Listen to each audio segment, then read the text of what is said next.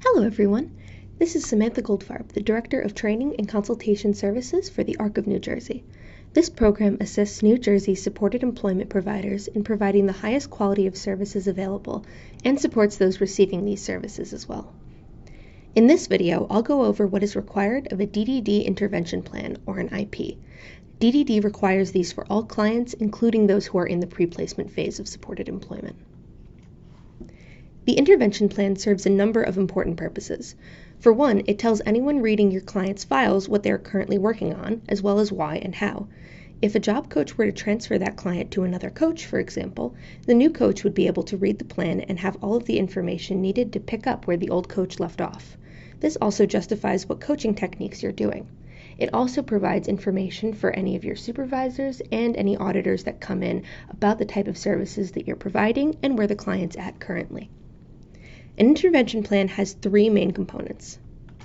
The first is the standards section, which is where you write how your client should be performing at your job or what they need to do in order to be able to be employed. You can think of it like a goal that they need to reach in order to obtain employment or be successful in it.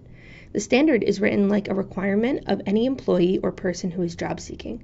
For example, this section says that employees are required to call the appropriate manager if they are going to be late to work.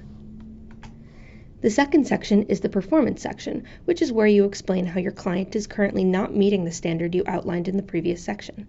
By doing this, you are also explaining why your client needs this coaching.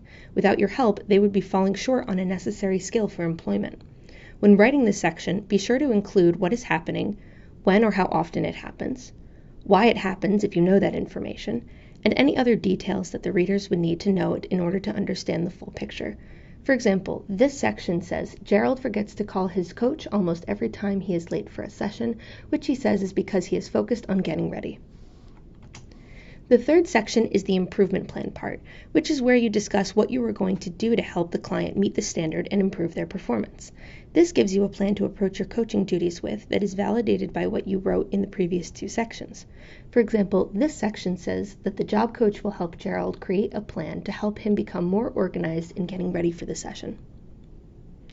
Your daily documentation for this client should explain your progress in implementing the improvement plan unless a significant disruption occurs during the session. If the improvement plan is no longer relevant to what the client needs to work on, it's probably time to update the IP itself. IP should have multiple goals or topics that the client is working on, and each goal needs its own standard, performance, and improvement plan section. For example, this client has two goals, one listed right after the other. I like to list them as number 1 and number 2, going down in numerical order so that everything is nicely organized.